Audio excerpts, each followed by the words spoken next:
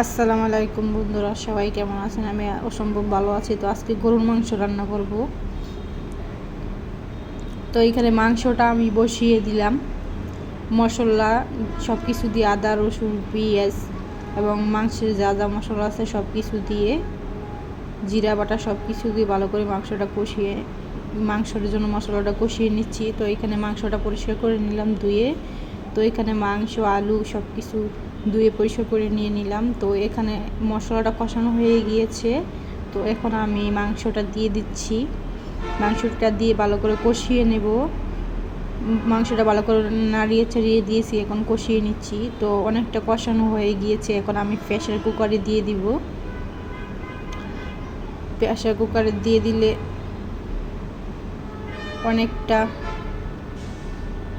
কষানো হয়ে গেছে। তো আমি প্রায় 15 মিনিটের মতো প্রেসার কুকারে রেখে দিয়েছি, ভালো করে সিদ্ধ করে নিয়েছি।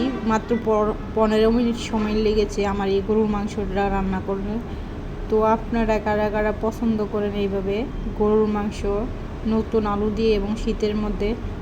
যারা গৃহিণী আছেন যে বেশি সময় পান না রান্নার জন্য, তো তাদের জন্য এই ভিডিওটা।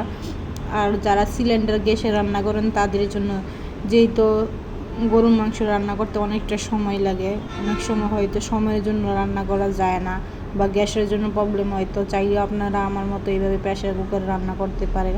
তো ভিডিওটা কেমন লাগলো অবশ্যই কমেন্টে জানাবেন।